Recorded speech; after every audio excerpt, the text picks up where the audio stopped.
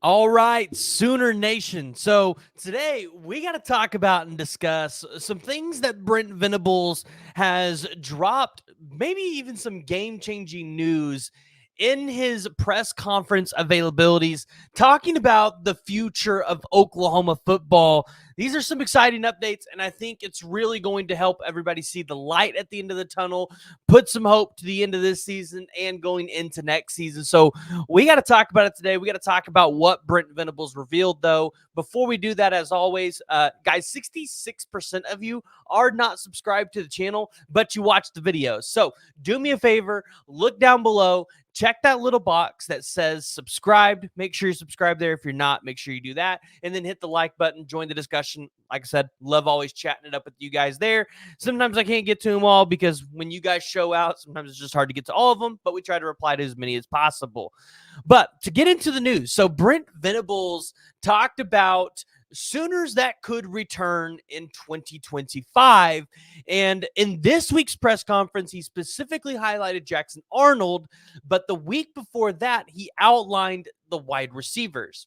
And the week before that, he talked about how a guy like Jaden Gibson is going to be back. Andrel Anthony potentially wants to come back. Jalil Farouk wants to come back, right? So if Jalil Farouk comes back, that means you're probably going to see him in the Missouri game, and then he can play the Missouri game and the 2 games after, because that way he would be able to retain his red shirt to be able to come back next season. And then you look at a guy like Nick Anderson, right? Nick Anderson is a guy that he needs to show the NFL, like, hey, I can stay healthy. I can put more on film.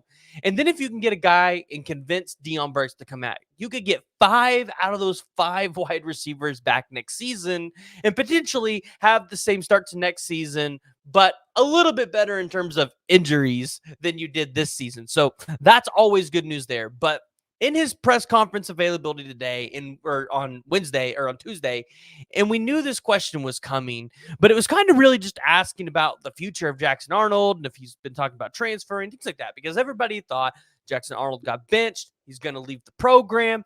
But a lot of us were telling you to pump the brakes, right? Jackson Arnold might not be leaving just yet. But Venables had this to say on Jackson Arnold's future. He says, my assumption is that you're dang right he wants to be back. Why would he not?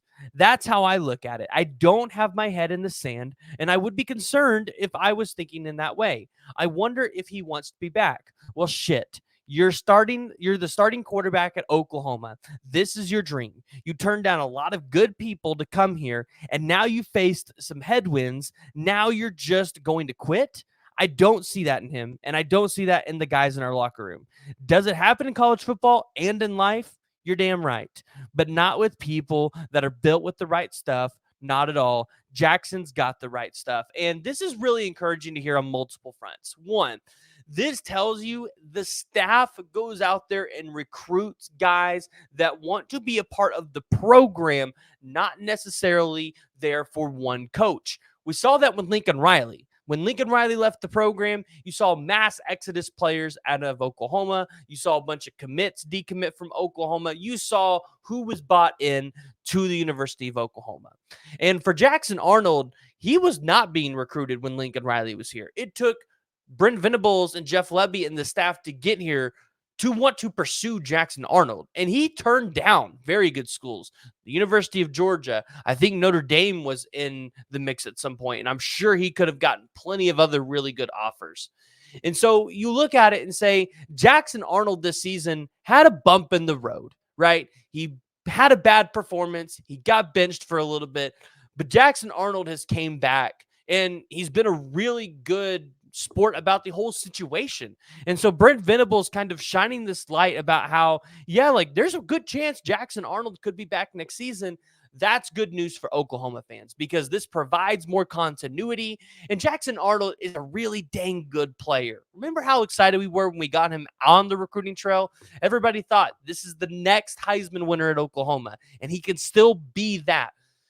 The thing is, you have to go into next season expecting there to be a pretty decent quarterback battle, whether it's between Jackson Arnold and Michael Hawkins or Jackson Arnold and a transfer portal quarterback. Not sure what that's going to look like at the moment because I think a lot of people have their own assumptions on whether Hawkins will transfer. But I think Hawkins will probably end up staying as well and trying to fight this thing out, waiting his turn, because when he came to Oklahoma, he knew he was going to have to sit behind Jackson Arnold anyways. So if he comes back next year, he doesn't get the starting job, he could take that red shirt and he would still be on track to potentially play around the same time that Jackson Arnold was going to be dashing out of the University of Oklahoma. So you look at this and you say, okay, Oklahoma could be returning 5 out of their 5 best wide receivers next year. You could be returning not 1, but 2 of your quarterbacks next year. Then you look at the offensive line, and I've really tried to outline this for you guys. This week, you're going to potentially see Isaiah Autry-Dent playing some significant snaps for Oklahoma against Maine. I would imagine you're potentially still going to see some Logan Howlett in there. You might see some Eugene Brooks or Josh Isosa, but Oklahoma has a really deep future on this offensive line. And the guys that are in this room that we're not talking about right now, Jacob Sexton, Jake Taylor, both of those guys can come back next year. And remember, when we got them in 2022, we looked at those guys as key foundational points of this offensive line at both of your tackle spots. You could have Fabichi Wewu come back next year at the right guard. You could have Troy Everett come back next year at center. Really, the only spot on this team that I think you kind of have a question on, and do you return a starter, is at left guard. Is it going to be Heath Ozida? Is it going to be EPL? And the thing is, you can return these 4 guys and still have legit competitions for every single one of those spots and feel really good about the offensive line going into next year. Hasn't been great this year. A lot of it's just injuries, continuity issues, things like that.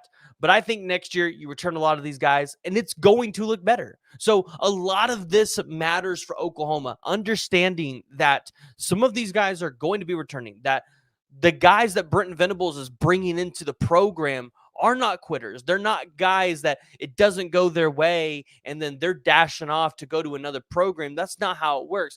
Brent Venables brings in guys that want to be a part of the University of Oklahoma. They want to play here and they want to make a name for themselves, just like every other great Sooner that has walked through that field. So great news. Great to hear that from Brent Venables there. As always, he's pretty lengthy on his press conferences. But Sooner Nation, I want to hear from y'all. So make sure you guys are joining the discussion, jumping down in the comments below, and give me your thoughts on whether or not you think Jackson Arnold or even Michael Hawkins will return next year.